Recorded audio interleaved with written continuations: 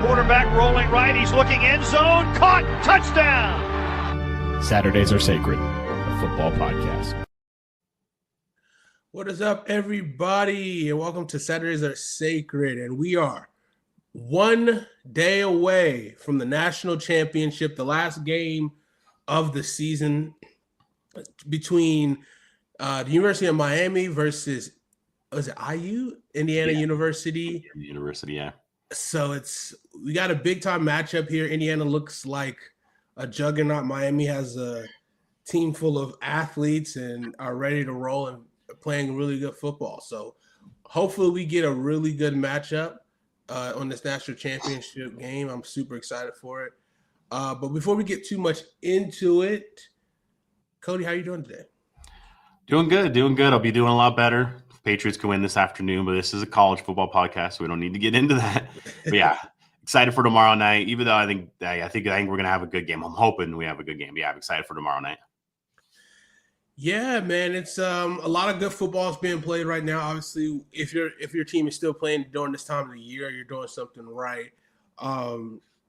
And there's a lot of teams that are trying to figure out who's going to be that magical portal quarterback that they can get to hopefully get them to the promised land, or at least to a deep playoff or a playoff run or appearance. And so the portal has been kind of moving and grooving over this last weekend. The portal is now closed. And there's been some, shocking developments, I guess you can say. Darian Mensah, from the Duke University quarterback, who has been rumored to enter the portal and now is looking to be going to Miami. Yep. So that's a shock because, he did the same thing last season or the previous season where he left Tulane and now is headed and then went to Duke to play football. So what do you feel about this Mensah leaving to go to Miami potentially? Yeah, it was funny because he was gonna stay with Duke and everything. There was no question there. And then all of a sudden, because Miami was okay, who's gonna be their quarterback next year? Obviously, Carson Beck's gone. They have a freshman that probably isn't ready. It's you missed out on Sam Levitt. You missed out on other guys. You missed out, I guess, on Dylan Raiola, although he's going to be backup now. So I guess he could have jumped back into the portal. But yeah, it was interesting to see. And it's this is the part about the transfer portal that kind of bothers me a little bit, because it's this is clear tampering, but every team does that and every team has it happen to them basically. Because he wasn't in the portal. He was on their team. I don't know if he was signed to a deal with NIL. I don't know what those are now, but it seems to be that's what teams are doing now. They're signing people to NIL deals, so they hold them down, the Damon Williams situation. I don't know if something like that was going on with Darian Mensah, but it's this is clear tampering. You went after him knowing he wasn't in the portal to force him to go into the portal, and then I think he even went in with the whole non-contact tag thing. So it's all right, well, we know where he's going. Right. You're the only team out there that hasn't gotten their quarterback for next year. Every other team that was supposed to get a quarterback got a quarterback. So yeah. And LSU is out here tripling up on quarterbacks. Right. And, obviously probably losing one of the quarterbacks that they mostly wanted was Chambliss, and he decided to stay at Ole Miss. Right. But yeah,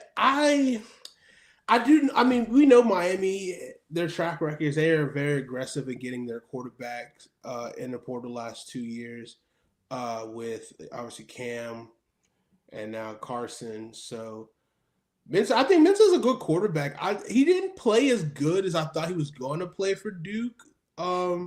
And don't get me wrong, I think Duke has some solid talent, but I think he might be able to shine a little bit more in this Miami system behind that great offensive line that they have and some weapons. So I think, and then probably factor in that he's getting probably $10 million. I think that's what the rumor was. He's getting $10 million to go to Miami. So pretty nice little payday, I would say. So, yeah. We got to figure out the tampering rules, because it's right. Obviously all these kids have representation. So whoever who's representing him, they were just, hey, we want to offer you this if you jump in the portal or whatever. So, and it's like, I mean, obviously he was getting, I think he got like $4 million, I think at Duke. So definitely doubling the pay. Obviously them Miami being ultra aggressive just to make sure that they can continue their success. Right.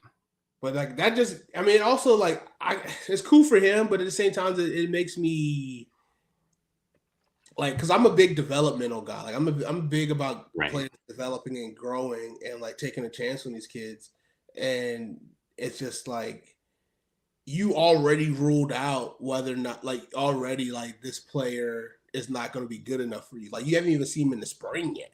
You know what I mean? He hasn't even gone through the workouts. Like and so I think that's just what was just like kind of, it's wild to me. It's like you didn't even give this kid a chance, and you already, and because now that your backup quarterback who might save you because there's a chance, you know, whatever happens through the season, you know, injuries or whatever, and then next you know he's like he's upset because you just ruined that relationship because he thought he was next in line and he grinded in the system and been here. Right. So I don't know. It's college football is so crazy right now, and yeah, I don't know what to think of it. Yeah, and that's so like obviously like the games and stuff like that are still great, but that's the part that bothers me is these kind of things happen because there's no like there's no rules, there's no guidelines. Like if in the NFL, if someone's not a free agent, you can't just be like, hey, you should just jump in the free agent portal and like we'll get you. It's like that doesn't exist. You have to reach out to the GM and you have to get a trade. But it's like in college football, you could technically just talk to the guy. You can DM him on Instagram or Twitter or whatever. You could DM his whatever agent and you could talk to him that way. And then all of a sudden that guy's in the portal. It's like, okay, well, that guy had no intention to be in the portal. But you just threw $10 million at him. So yeah. So that's with Damon Williams. Like pretty much everybody is kind of convinced that Lane Kiffin jumped in his DMs and like, hey, we will take you in LSU.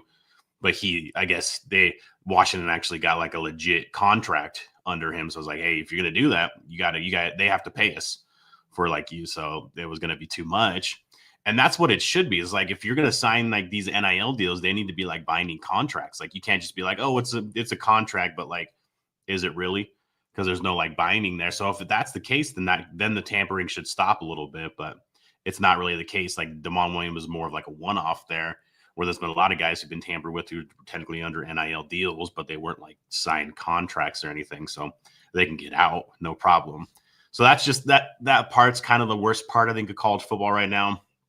I think eventually it'll change because it'll happen to the wrong team or the wrong like program, and then shit will really happen. But as long as it keeps happening to like these lower, because like Duke's obviously in the ACC, but they're not on the same level as Miami. But once it starts happening to like an Alabama, to an Ohio State, to teams like that, maybe things will happen. But yeah, this is the part that I don't like the most because everybody knew who was tampering with him and everybody knows where he's going. It's like that should never be the case. Yeah, and it's like the difference of like players who have like an NIL deal versus who have like rev sharing deals based off of that, you know, pie. And it's like, because I mean, in theory, like an NIL deal is basically just an endorsement deal. So it's like, you know, Nike's paying me this money, but it's like that's you know, obviously it's kind of through the school because they're a booster. They help pay for the school, so they're like a third party trying to, you know, for legal reasons. So I can see that. So, but I think we just need to clear it up. Like, where can money come from, and how does this money relate to, you know, eligibility and commitment to teams, and like we just have that conversation. I think that's where we can go because all these lawyers are, you know, finding loopholes. They're making a lot of money, you know, from these kids, which is like a lot of money. They're pretty much getting, you know, having to pretty much use half of their NIL money just to pay for the lawyer fees, just to get these like hearings done and stuff. So, but there is a rumor, and I don't know how true it is, now that Mensah is off to going to Miami, there's talks that Duke is going to go in for DJ Lagway and trying to flip him. Yeah. So how do you feel about DJ Lagway at Duke, or do you think a better fit for him to go to Baylor? It's tough because like I don't really hold either one of those teams in like high regards as far as their offense. Like both their coaches are defensive coaches. Like Dave Aranda is a defensive coach, and then of course, why am I blanking on his name? Manny Diaz at Duke is a defensive coach. But I mean, he hasn't signed there yet. He's technically committed, and that's another thing too that drives me crazy is both with high school and transfer portal, the whole committed versus signed thing. Like I don't. I see on Twitter, like when teams sell, it's like let's celebrate when he's actually signed. Like he can't instead of the commitments because those don't really mean anything anymore. But even now, because I mean, so many players getting released from their national letter of intent after they signed. But I mean, I get with the Michigan stuff because obviously you sign and then be like, well, actually, scandal happens. So right. But I think the better fit is Duke because like with Baylor. I gotta sneeze real quick, but I think we're good. With Baylor, it's like if Dave Aranda has a rough year this year, he's out. Like he's gone. But I think Manny Diaz is pretty safe. And I think Lagway needs like 2 years. Like it's not just he's gonna play 1 year and then go off to the NFL. I think he needs 2 years of starting to really like be a decent NFL prospect. So I think Duke's the better fit. I think Duke's the better program right now. Although Baylor finished the season decently. But like just overall going forward, I mean, Duke just technically won the ACC. I know they were like 8-5, but still, they won the ACC. They're kind of heading in the right direction. They're recruiting a little bit better as well. So I think Duke's the better fit. But yeah, it's just Baylor. You thought you hit. Sorry about that. You thought you hit a home run with freaking a Lagway, but yeah, Lagway seems to be that guy because he was kind of that way out of high school too. Like he wouldn't commit to Florida at all. Like he committed to Florida, but he was kind of still like flirting with other teams and then finally signed, I think on the February signing date, not even the January or the December one. Oh my God. Sorry. And so like, that's just kind of who he is. He's just very indecisive. So I don't know. They're probably going to have to maybe pay a little bit more, but if I'm Lagway, I think the better fit is Duke. Yeah. I mean, like I think in terms of like the transfer portal, like guys committing and not going ahead and signing, it is weird. But yeah, like I think DJ, I don't even understand why he even committed to Baylor in the first place. I think they got him to commit like right away while he was still on his visit. You know, obviously he must have got wowed by whatever he saw and what he was hearing. Right. And so, which is fine. Like I get it. Like could be in the moment, but then it's like, well, I still had these other visits scheduled. You know what? Let me just do my due diligence. But it's like I think these kids can't be so pressured because I will give you like these coaches are like really good at like making sure that you stay in the building, make sure that they want to get that answer from you. Say, hey, you know what? Spend the night, just think on it, sleep on it, and be like, hey, no, we need an answer today. And then it's like, they put these deadlines on some of these kids and they pressure them to, especially, and then you got, something good in front of their face thinking like, this is the best place for me instead of, giving them time to think about it and make a decision from there, which I get it. Cause like, these teams are under crunch and they got to make sure that like, they get a guy in that they can move forward with. So I just think the whole process needs to refining at the end of the day. But I mean, we'll see what DJ decides to do. I think him at Duke makes a lot of sense. He kind of is a pretty style match with Mensah, and hopefully he can, against ACC competition, kind of really refine himself and really kind of move back to where he needs to be at. So we'll see. We'll see what happens with him. Right. He's an interesting case. Yeah. There's actually one. So I just saw that Dylan Edwards has committed or has his crystal ball committed to Kansas. So he goes from Colorado to Kansas State to now to Kansas. And my thing with Dylan Edwards is like he like literally fumbled the ball week 1 on a punt return, then literally didn't come back into the game. Right. And then entered the portal. Yep. And so it's just like, what is going on with this kid? Like he left Colorado without talking to anybody. Mhm. And I mean, I think he originally was committed to Kansas State, so that was kind of like his, and it's close to home. He lives in Kansas. He's from Kansas, which is fun. It makes sense, whatever. Right. But then it's like after 1 week, then it's like I'm done. Right. And it's like, and this kid was playing as a true freshman at Colorado, so it's like, Yeah. and he's a solid running back. Like he's a spark plug, but he hasn't been able to consistently do it yet. Obviously, from one reason or another. So I mean, he still has 3 more years of eligibility because I mean, he would have redshirted last year, started as a true freshman the year before, so he still have 3 more years if he were to use it. I mean, maybe go to 3 more schools at this rate. Right. But, Right. It'd be like the running back TJ Finley. yeah. But yeah, I don't know. I mean, I hope he does well, but like, man, like it's just these kids are getting bad reputations. Oh yeah. Obviously, I get certain situations are different. Every situation is different, but like, well, you get a reputation of just like quitting on your team week 1 early on. It was week 0 too. Yeah, There like was the super doubling early. game. Yeah. And you're like, I'm just gonna do, and it's like, yeah, I get it, do what's best for you, but it's like you didn't even see if like what happened so much like from summer to fall that made you just like after what I mean, like because I think they had the game in Ireland, right? And Yeah, it was the Dublin one. Yeah, the one in Ireland. Yeah, it was like week 0. Yeah, so it's like, did you hate Ireland that bad that made you just want to play football this year? Like I'm just confused. Right. There's a lot of questions that need to be answered, especially if you're recruiting him. Like you know what I mean? Like it's not that easy to really kind of Well, and that's the thing too. It's like you see it with a lot of kids. Like obviously TJ Finley's like the poster boy for it, but you had guys back in the day like Tate Martell and JT Daniels, and now with Malachi Nelson's on like his 4th different team. Like these guys are just bouncing around, and like, yeah, you end up on these teams. You end up on your 4th team, and it looks like you're still a freshman because you didn't get any development. You didn't stay anywhere to get developed. You didn't stay anywhere to like sit behind someone. And that's why it's like I'll give Dylan Raiola credit. Like he's staying in Oregon. He knows he's going to be the backup. He's probably going to take a redshirt year.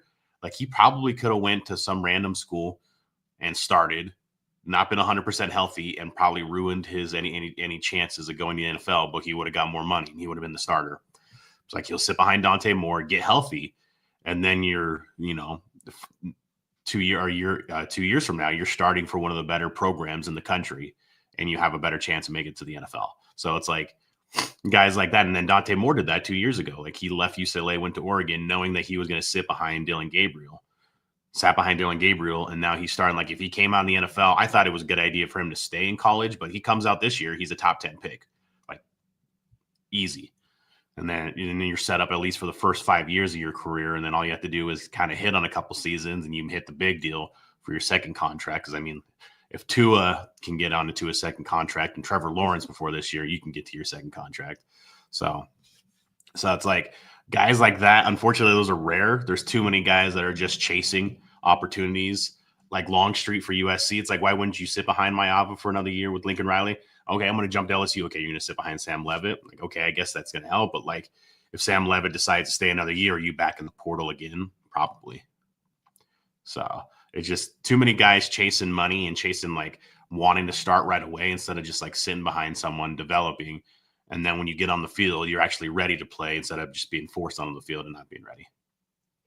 Yeah, I mean, that's also really weird is the quarterback situation. Like I get that like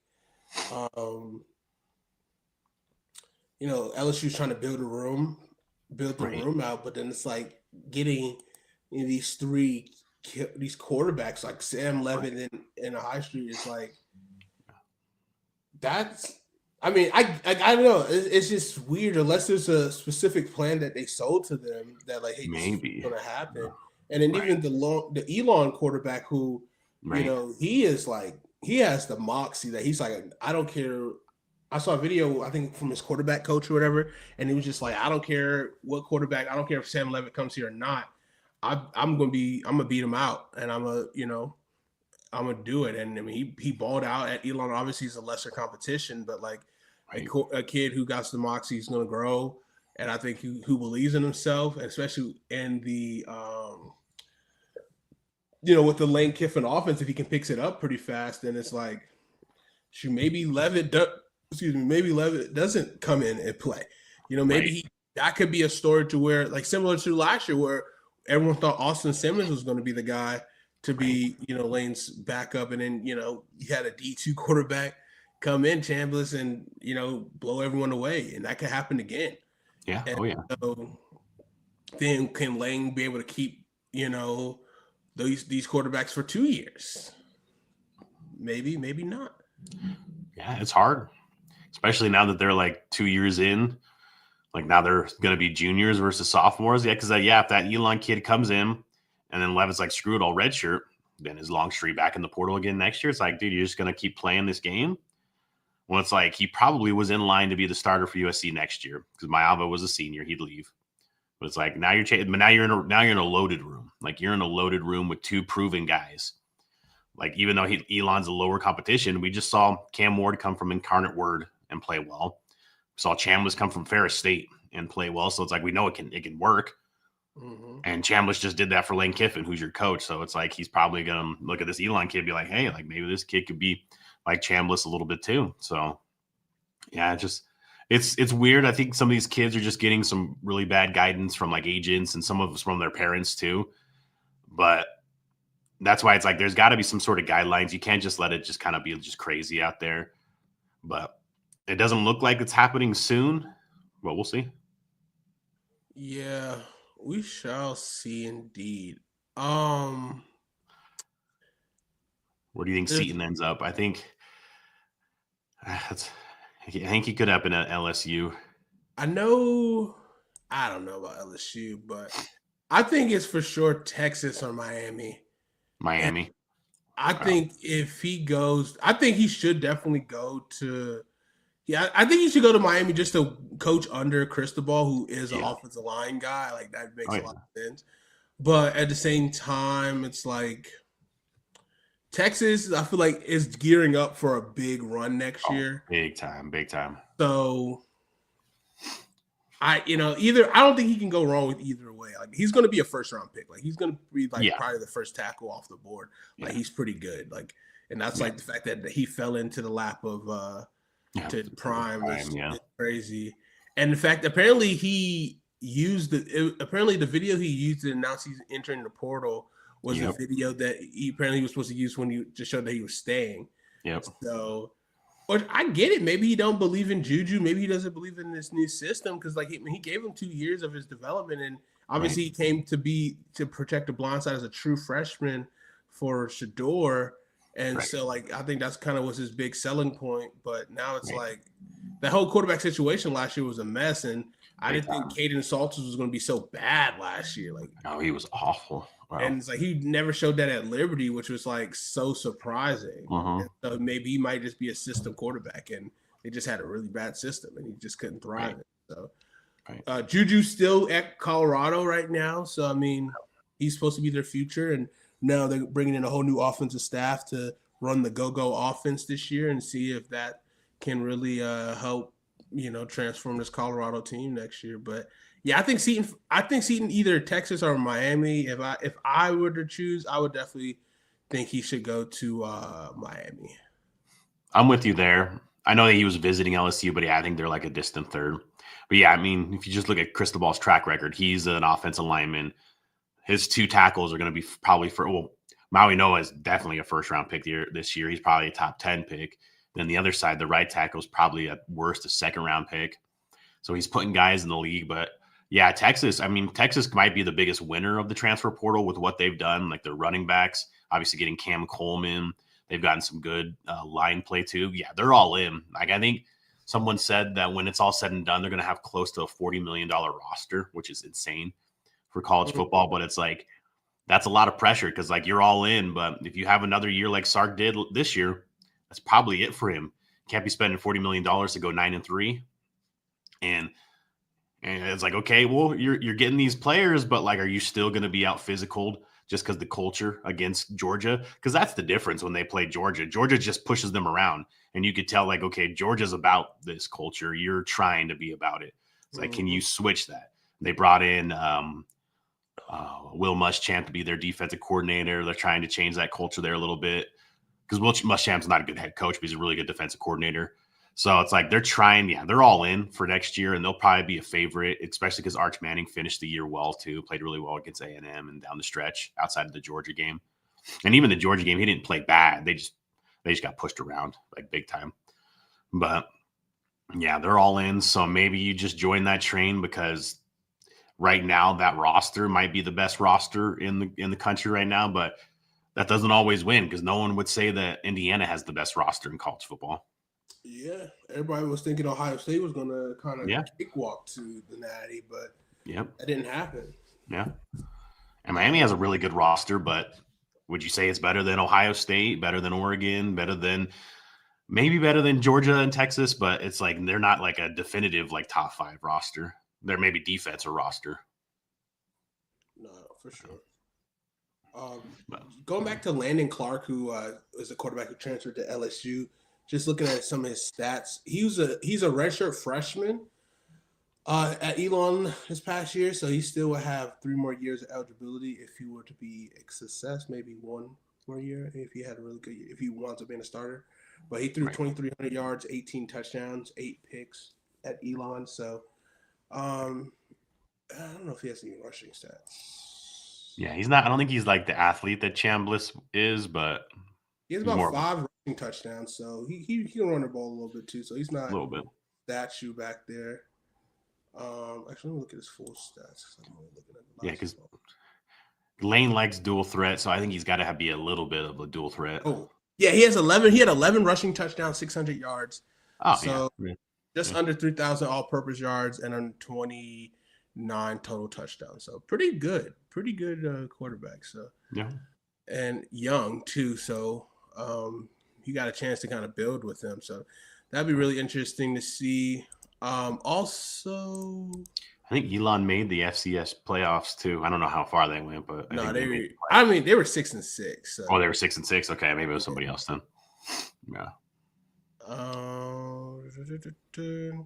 Bryson Beaver, 3-star quarterback, transferred from Oregon to Georgia, which is I think is probably their replacement for Curtis. Curtis, who went to Vandy. Yeah. One move that I really like, because I was a fan of him, was Aaron Nolan. He transferred from Ohio State to South Carolina last year, and now he entered the portal. Now that Leonard Sellers is returning, and he's going to Memphis with Charles Huff.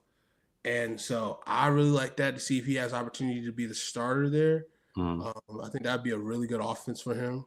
Right. And a surprise transfer that I didn't really see coming, but Malachi Nelson transferring from UTEP to Syracuse. So he got an upgrade, which I mean, this kid is was good. Right. We thought he was good, and I don't know what happened to him. I don't know what's going on with him, but he's just bouncing around. I mean, losing. I think he started at USC, right? Yeah, as a freshman. Yeah. Yep. And then he transferred to Boise State. Lost the job to Madden. Right. And then went to UTEP. Yeah. I don't even think he played last year. In spots, but yeah. Like you transfer down and still get beat out. That's dang. Twice. And it's like to be this 5-star guy. Yeah. Which I mean, maybe you got to believe him if it don't work out in the first spot. He threw 1,100 yards passing, 8 touchdowns, 9 interceptions, a 21.9 QBR. Yeesh, ouch. 21.9 QBR. I mean, he still will have 2 more years of eligibility. Yeah, he redshirted his first year at USC. But yeah, it's just, I mean, could that just be the talent around him? Could that just be him? Like, it could be a couple different things.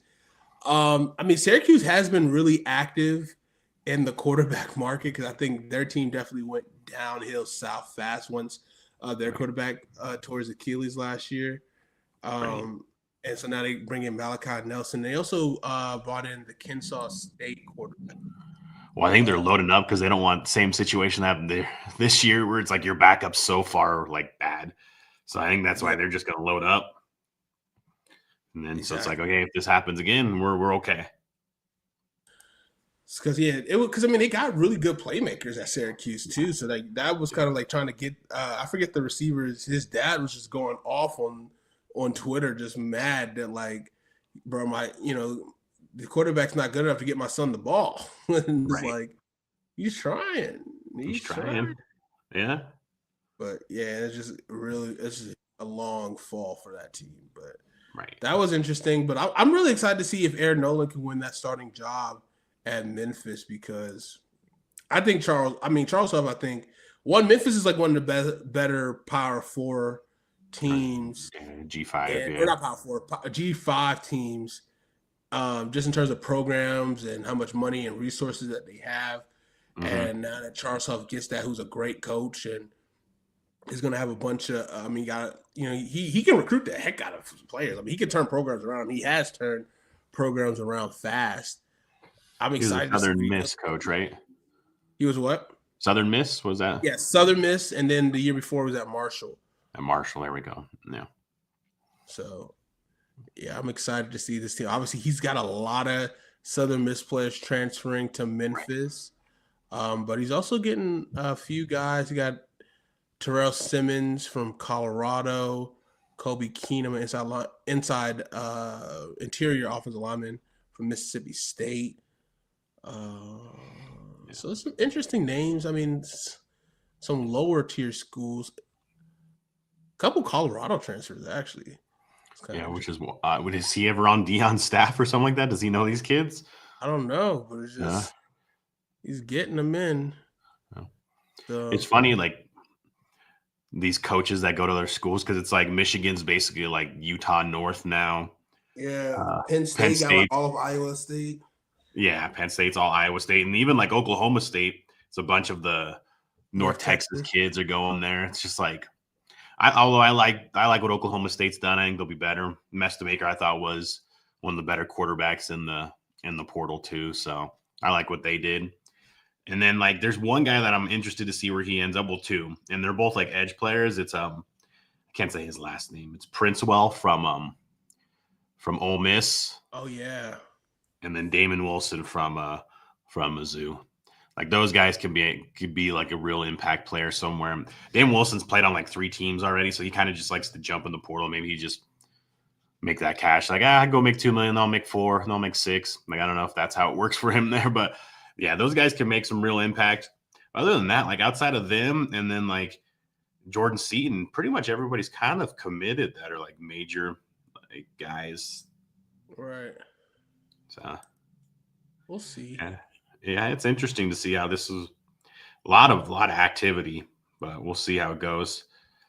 I think it was like about a third of the players in college football were in the portal. Yeah, and coaches out here talking about, hey, like these players are hitting me back. Right.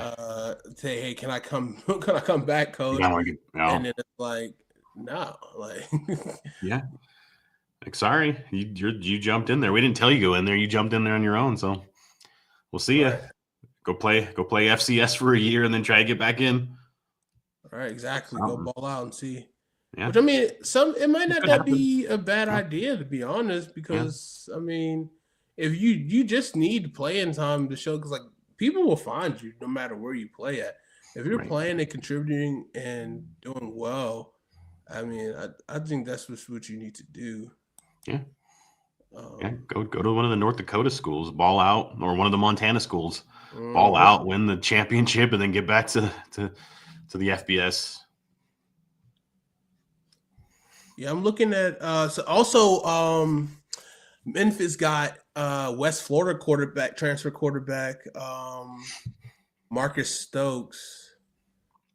There's people, he has some buzz in the portal as well. So they got 2 interesting quarterback prospects that are going to be competing for that job. So I'm curious to see how that turns out at Memphis. Was Nolan a 5-star out of high school, or was he 4-star? I'm trying to remember. I think he was a he might have been a high 4-star. High 4. Yeah, because he was probably supposed to be the guy until Sayan transferred there. Yeah, he definitely was going to be the guy at let me see. What's his initial? Yeah, he was a 4-star coming out. 4-star. 7th quarterback ranked. So 6'3", can move, good arm. Mm-hmm. I like him. I like him. We'll see what happens. Yeah. And shoot, Memphis, it seems like their coaches end up getting good jobs. Like Norvell went to Florida State, and then the Silverfield guy went to, was it Arkansas? I didn't love that hire, but I think he was Arkansas's coach. Yeah, he's Arkansas's coach now. So, yeah, you end up in the SEC or the ACC, bigger programs. That sounds like what might happen. Mm-hmm. I think Charles Huff is ascending, so he might wind up taking that Florida State job in a year or two. Right? Get that Memphis Florida State pipeline going. Yeah, I mean, because honestly, he's accustomed to recruiting with programs who have not a lot of resources, going from Marshall to Southern Miss and turning programs around fast. I mean, it's like he knows how to do it. So if he's saying like Florida State's broke and has no money, then that's like I think he'll be all right with that. Oh yeah. All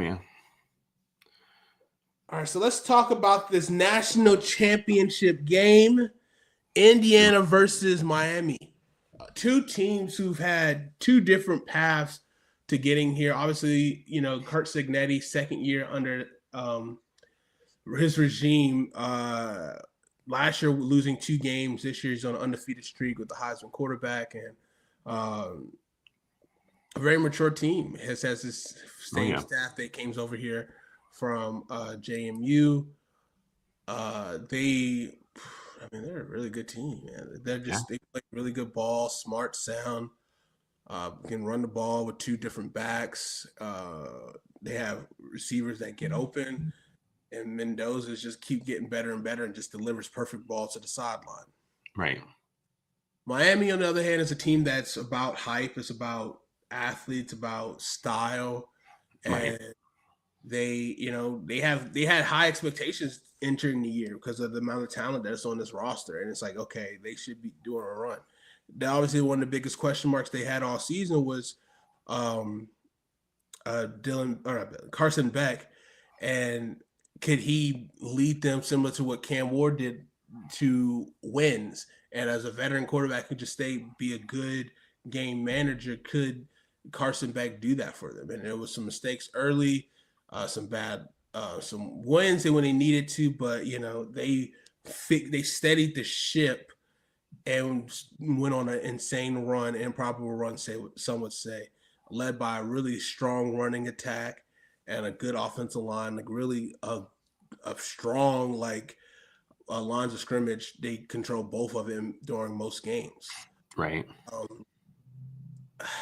Looking at the numbers, points per game or opposing points a game, IU ranks 2, Miami ranks 26th. Let's see.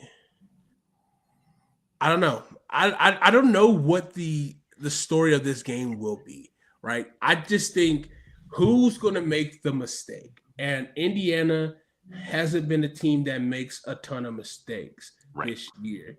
And Miami is more prone to making those mistakes. So can Miami force Indiana to play outside of their game? Can Mario Cristobal channel his inner Nick Saban and keep his Miami team sound and mistake-free? What do you think? I think that's the biggest key to the game, because it's funny because you'll watch the Fiesta Bowls when they played Ole Miss. Like Miami dominated that game, but they made critical penalties. They had a couple turnovers. They dropped 4 interceptions, and that's what kept Ole Miss around, and Ole Miss had a chance to win that game.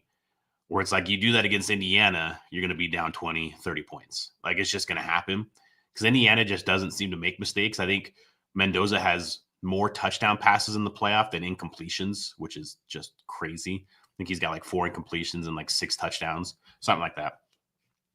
They just don't seem to beat themselves. And it's like, yes, like that eventually you think eventually like, well, they got to do something. Like it can't just always be perfect, but you watch their games, like they run the ball well, they throw the ball well. Their defense is good. They have 2 corners that are probably going to be NFL players, especially Pons. They play good on the back end, and their front's not big, but they're just good. They're just consistent. They know what they want to do. They play their game, and they make you play their game, and then all of a sudden they're up 20 and they're just kind of rolling. So yeah, I think that's the biggest part, because Miami, like obviously you look at the game, and Miami's the more talented team, but so was Oregon and so was Alabama, and so was Ohio State in the Big Ten championship game, and that just doesn't seem to matter.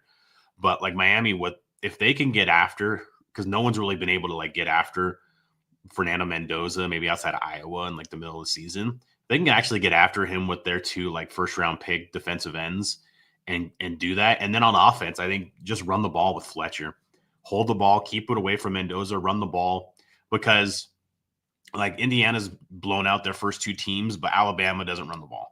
Like all season, they never had a run game. And then Oregon was missing their top running back in that game, so they weren't going to be able to run the ball that well. Fletcher's been one of the best running backs in the country this year. You have one of the best offensive lines. If you can just run the football and kind of keep away from Mendoza, I think that's huge, because like Indiana's going to get theirs probably eventually, so you're going to have to get yours a little bit. But yeah, I think limiting mistakes, like no stupid penalties in the red zone, like false starts, holdings, and you can't turn over the ball. Like Carson Beck's got to play a clean game.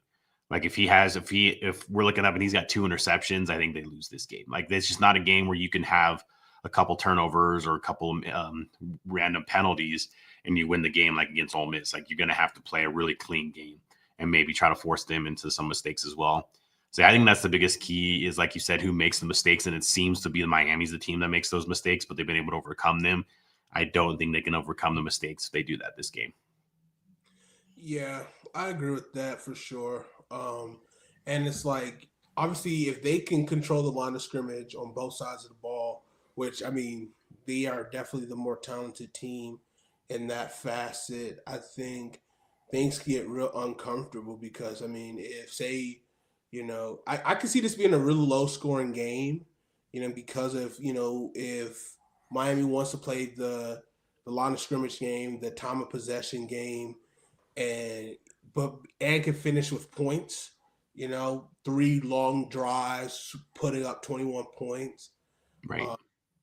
Then it's like, then it comes to, because I wouldn't say Indiana can score fast, but it's not their bread and butter per se. I think they can put together good drives, and they have a few shot plays here and there that, that based off of looks.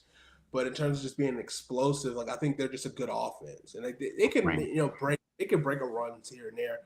But I think I don't know, man, I just think probably outside of the line of scrimmage, I think Miami owns, but I think Indiana might have the slight advantage on the secondary play, and I think that's probably what's going to come into factor here. Who's going to allow those explosives, and how many explosives can each team get? Can CJ Daniels be the X factor? Is it going to be Malachi Tony? Is it going to be Surratt? Who's going to be that X factor for their team? And I don't know. I think CJ Daniels is going to play a big factor in this game.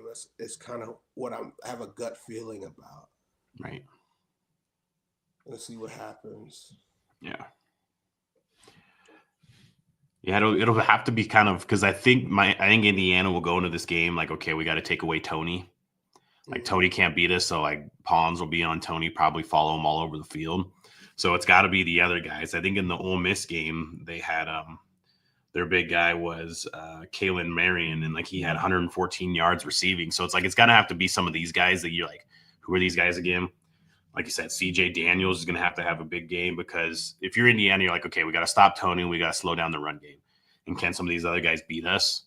And Cignetti will do that because that's what Saban did. That's what Saban did, and that's what Belichick did. Like, okay, we're going to take away what you do best. If you can beat us with these other things, then good for you. And so it's like, but yeah, so that'll be interesting to see if they can do that. And then can Miami's defense, can you get any sort of pressure on Mendoza? Because like he's I mean, he was sacked early on twice against Alabama. I think since then, I don't even know if he's been sacked. Like, I don't even know. That's a good point.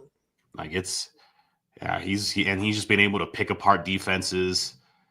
It's been, but this will be the best defensive front that he's played. Like Alabama's got some good players. Oregon's got like Mateo Uyunglele, who's a pretty good player, but like the two ends, like Bain and Mesidor for Miami are legit first round picks. So this is going to be the best front they've played. And it's funny, like they've shown like the size difference of both lines. Like Miami's definitely bigger. Like they're bigger and stronger, but it's like I said, so was Ohio State, so was Bama, so was Oregon. It's like it just didn't matter because Indiana just plays so sound. So Can Miami? I don't know. Can Miami get especially they can get an early lead? Like if you can get an early lead, I think that's huge because Indiana's been kind of able to get up on teams, and then teams have to play catch up. They have to kind of get out of their offense, and then Indiana just kind of tees off on the quarterback. If you can get an early lead, then you can just lean on the run game, and then maybe it's a third quarter and it's still a game. So I think that could be huge too. But I don't know. I feel like everything you look at this game, and it's all about what Miami can do to keep this game close because it just feels like Indiana's going to do their thing. Like we know how they're going to play. We know what they're going to do. Mendoza's going to spread it around to their three wide receivers. They're going to play really good on the defensive end. So it's like what they're going to do, but I don't know. It's interesting because I think Miami's the best team that they've played in this run because obviously they beat Ohio State. I think they're better than Oregon and Alabama, but I don't know. It may not make a difference. Yeah. Who do you think has the edge in terms of coaching edge in this game? I'm going to go with Indiana and Cignetti. I like what Cristobal. I think he's taken better steps this year. Because obviously, like going into the season, it was like, okay, Cristobal can recruit like the best recruiter in the country, but like when it gets to like these close in-game situations, he kind of just like he screws up and he messes up. That hasn't happened too much this year, maybe outside of like the SMU game, I think. But I just trust Cignetti a little bit more in their staff, but it's not like a wide margin. It's close. Yeah. No, I definitely lean Cignetti, and especially because he's won national championships before. Albeit, I think he's won that championship to Alabama then as a head coach at JMU. Right. So it's like I definitely give him the edge, but I think there's something about Mario that's like he's growing in the role as a head coach, and it's kind of funny because it's like he was the head coach at Oregon for a year or two. Yeah. They're really good at, recruiting some offensive line talent there. And then, obviously wanted to come back home to his alma mater. Right. And now he's doing the same thing at Miami. But, yeah, I'm definitely giving Cignetti the edge there. I think he's going to obviously be one of the X factors as well, just making sure that gets his team prepared and, situationally. Quarterback, I think that goes to Mendoza. He's playing lights out. But, I mean, Carson, I think the way he's been playing, especially against Ole Miss, that final drive where he really put together some really good throws when people kind of was like, oh, we got to put the ball in Carson Beck's hands. This is not going to be good. But, like, I've seen Carson Beck be surgical before, right? Yeah. And I think, obviously, he's not asked to do too much. And I think that's the key.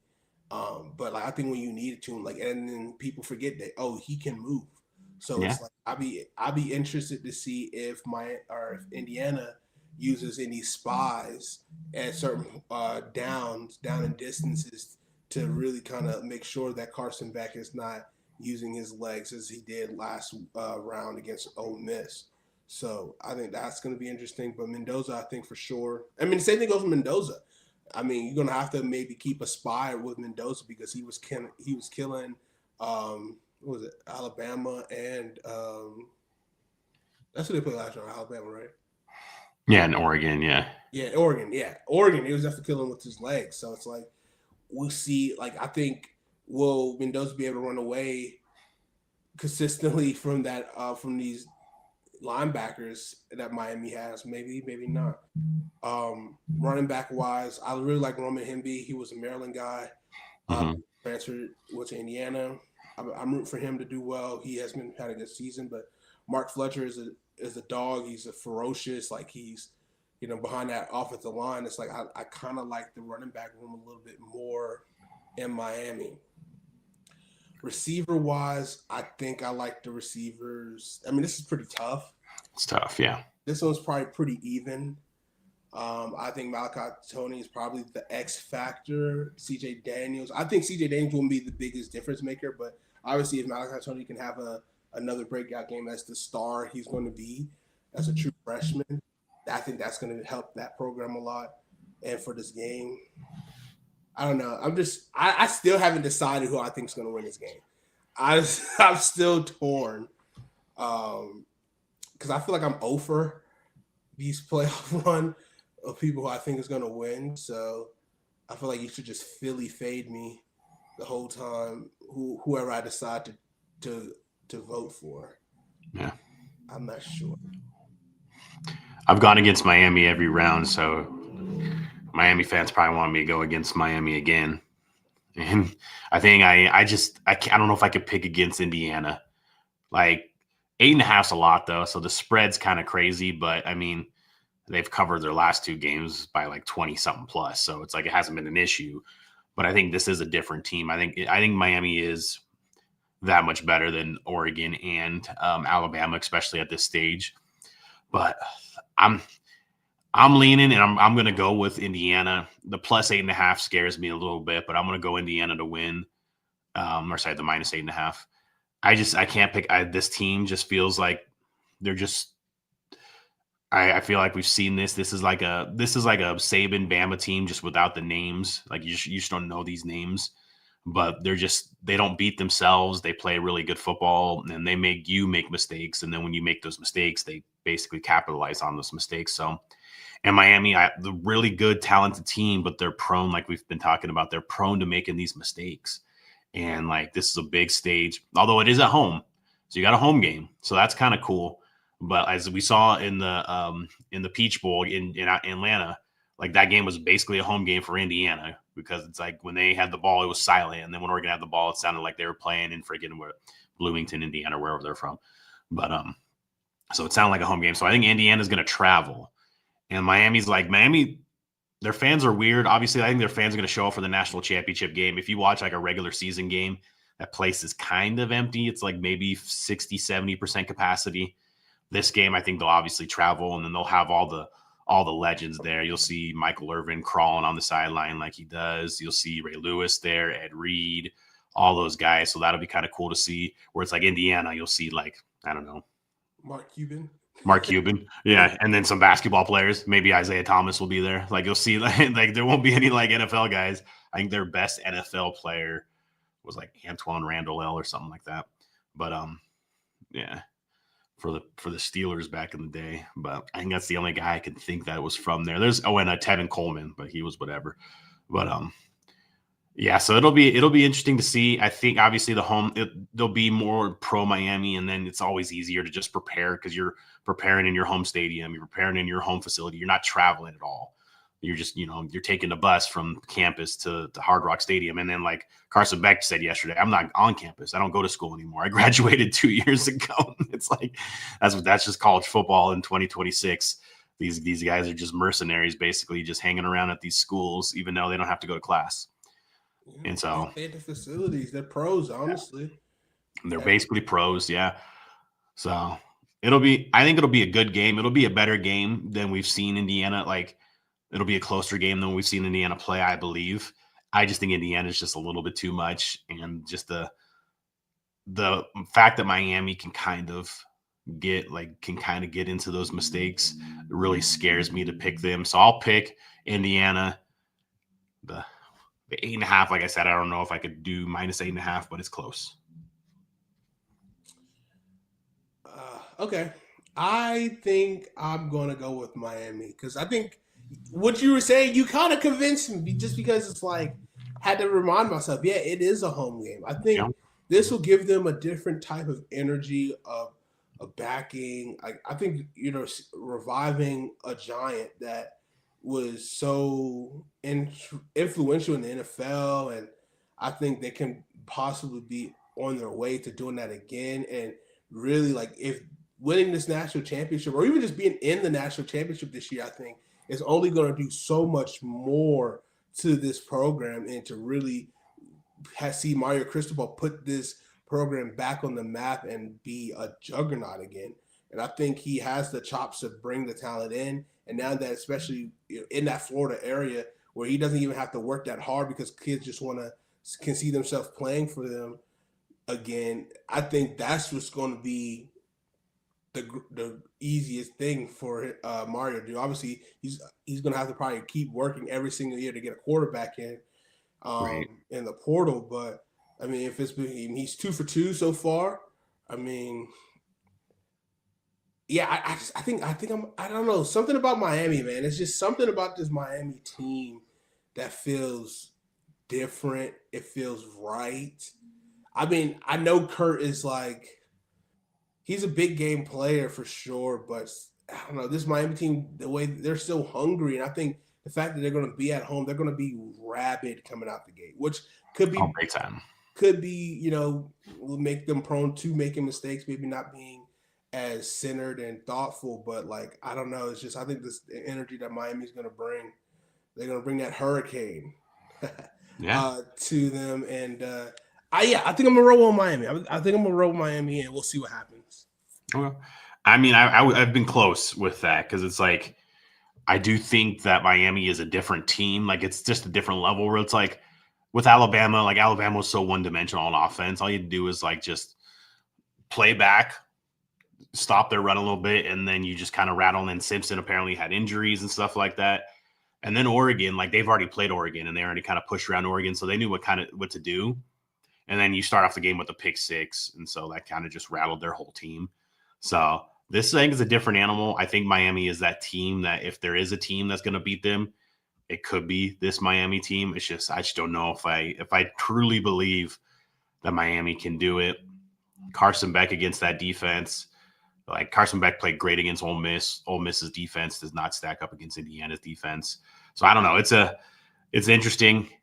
I don't have a rooting interest. I'm just going to root for a good game. Like, as far as like a rooting interest, I could care less who wins the game.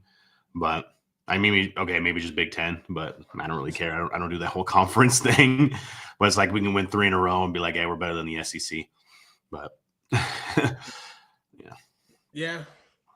So okay, there you have it. Our final preview of this season.